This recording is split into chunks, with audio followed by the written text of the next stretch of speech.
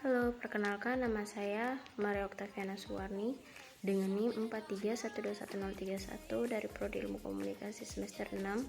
Video ini dibuat untuk memenuhi ujian akhir semester mata kuliah negosiasi. Sebuah contoh konflik yang dapat dipecahkan melalui teknik mediasi dan arbitrase adalah perselisihan antara dua perusahaan terkait pelanggaran kontrak kerjasama. Contoh konfliknya seperti misalnya perusahaan A dan perusahaan B memiliki kesepakatan untuk bekerja sama dalam proyek konstruksi besar.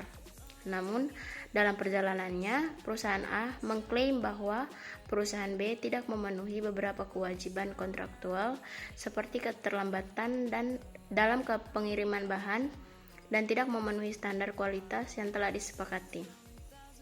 Perusahaan B di sisi lain berpendapat bahwa perusahaan A terlalu ketat dalam menuntut dan tidak memberikan waktu yang cukup untuk menyelesaikan pekerjaan dengan benar.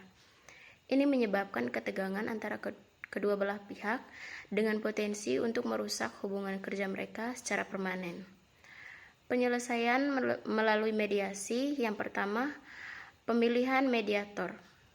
Kedua perusahaan setuju untuk menggunakan jasa seorang mediator independen yang ahli dalam kontrak konstruksi untuk membantu menyelesaikan perselisihan mereka.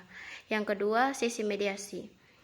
Mediator bertemu dengan perwakilan dari kedua perusahaan untuk mendengarkan argumen dan kekhawatiran masing-masing pihak mediator, lalu untuk membantu mengidentifikasikan inti dari perselisihan tersebut dan juga membimbing mereka menuju solusi yang dapat diterima oleh kedua belah pihak. Lalu yang ketiga, negosiasi dan kesepakatan. Melalui proses mediasi yang cermat, mediator membantu perusahaan A dan perusahaan B mencapai kesepakatan yang memperbaiki masalah-masalah yang telah diidentifikasi. Mereka bisa saja menyepakati kompensasi untuk keterlambatan dan kerugian yang telah dialami, serta memperjelas tata cara pelaksanaan kontrak yang lebih jelas di masa depan. Lalu, penyelesaian melalui arbitrase. Yang pertama, pemilihan arbitrator. Setelah berusaha gagal menyelesaikan perselisihan melalui mediasi, kedua perusahaan memutuskan untuk mengikuti proses arbitrase. Mereka sepakat atas pemilihan seorang arbitrator yang memiliki pengetahuan dan pengalaman dalam hukum kontrak konstruksi. Lalu yang kedua, persidangan arbitrase.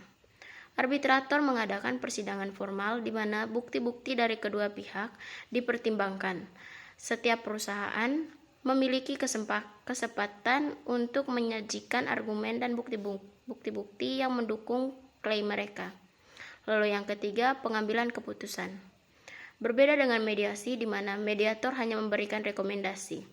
Arbitrator memiliki kewenangan untuk membuat keputusan yang mengikat kedua perusahaan. Keputusan ini biasanya bersifat final dan tidak dapat diubah kecuali ada keadaan yang sangat luar biasa. Dalam kedua contoh yang sudah saya jelaskan tadi, baik mediasi maupun arbitrase digunakan untuk menyelesaikan konflik antara perusahaan A dan perusahaan B secara efektif. Ini menunjukkan bahwa pentingnya teknik-teknik ini dalam memfasilitasi penyelesaian konflik yang adil dan berkelanjutan dalam konteks bisnis. Sekian dari saya, terima kasih.